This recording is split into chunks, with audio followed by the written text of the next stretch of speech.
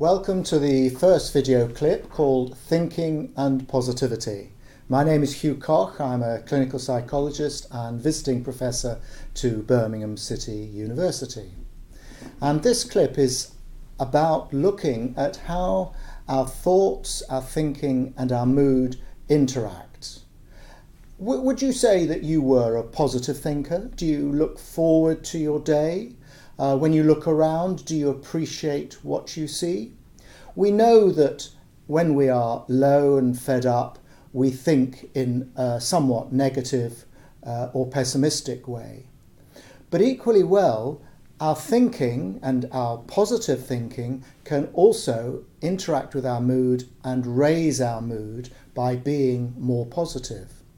We can change our thinking and our mood by looking at the way that they interact. A bit like looking at the glass half full rather than half empty, an adage that we know well.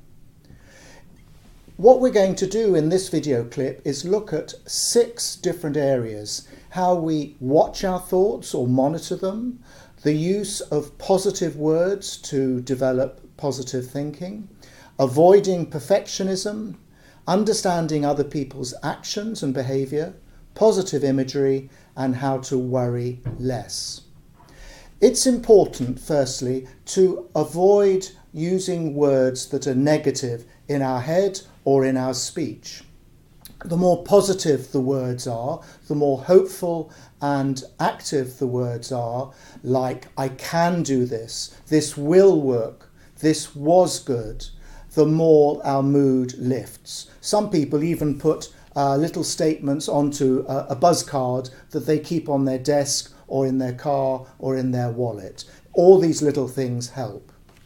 It's important not to exaggerate when we describe something that is difficult. For instance, if you have a journey to work that has been busy, a little bit stressful, try not to describe the journey to work as being traumatic. That's an exaggeration which makes us feel worse.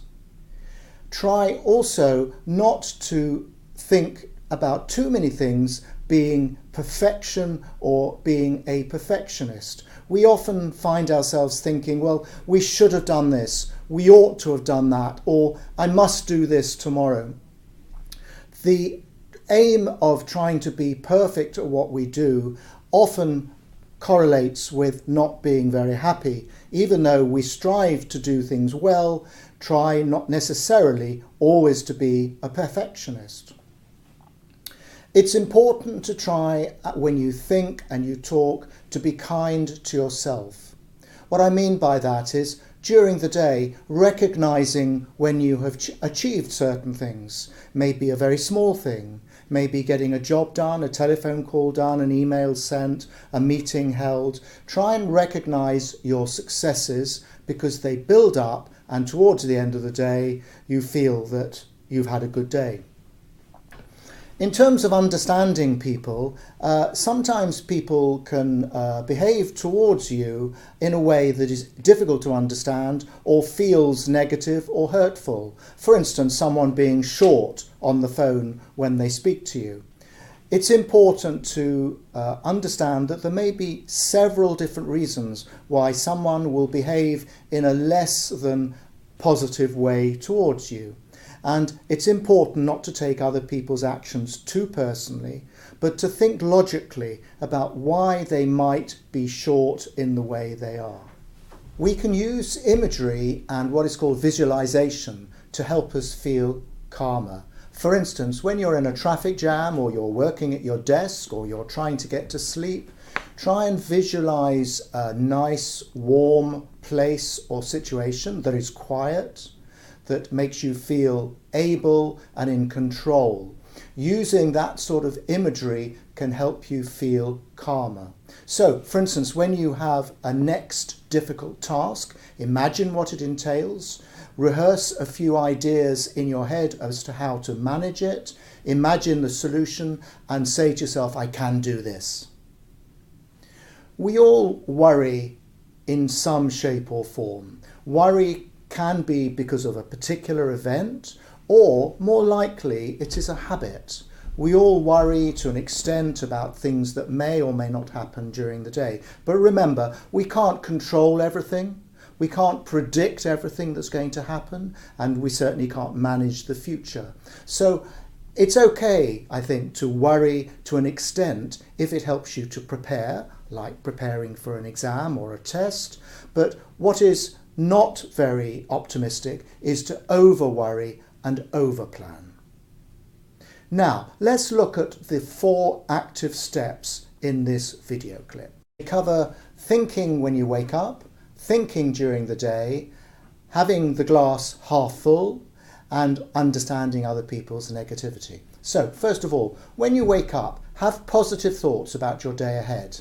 When you're in the shower, having a cup of tea, journey to work, first job at work or at college, try and have positive thoughts about what it's going to be like. During the day, remind yourself to have what's called positive self-talk. Use words which are positive, optimistic, and kind to yourself throughout the day. As you do tasks, small or large, focus on the positives of your glass half full. Be positive to yourself, about other people, and the situations that you're in. And lastly, try and understand other people's negativity or unusual, unpredictable behaviour. Try and increase your friendliness to other people. Be less defensive with people that seem to you to be difficult. Tell yourself when you're dealing with people face to face or by telephone or email or text, tell yourself that you're good, you're a good person, and you're being a good friend to them. Okay, that's it. Thank you very much for watching, and when you're ready, please click on to the next video clip.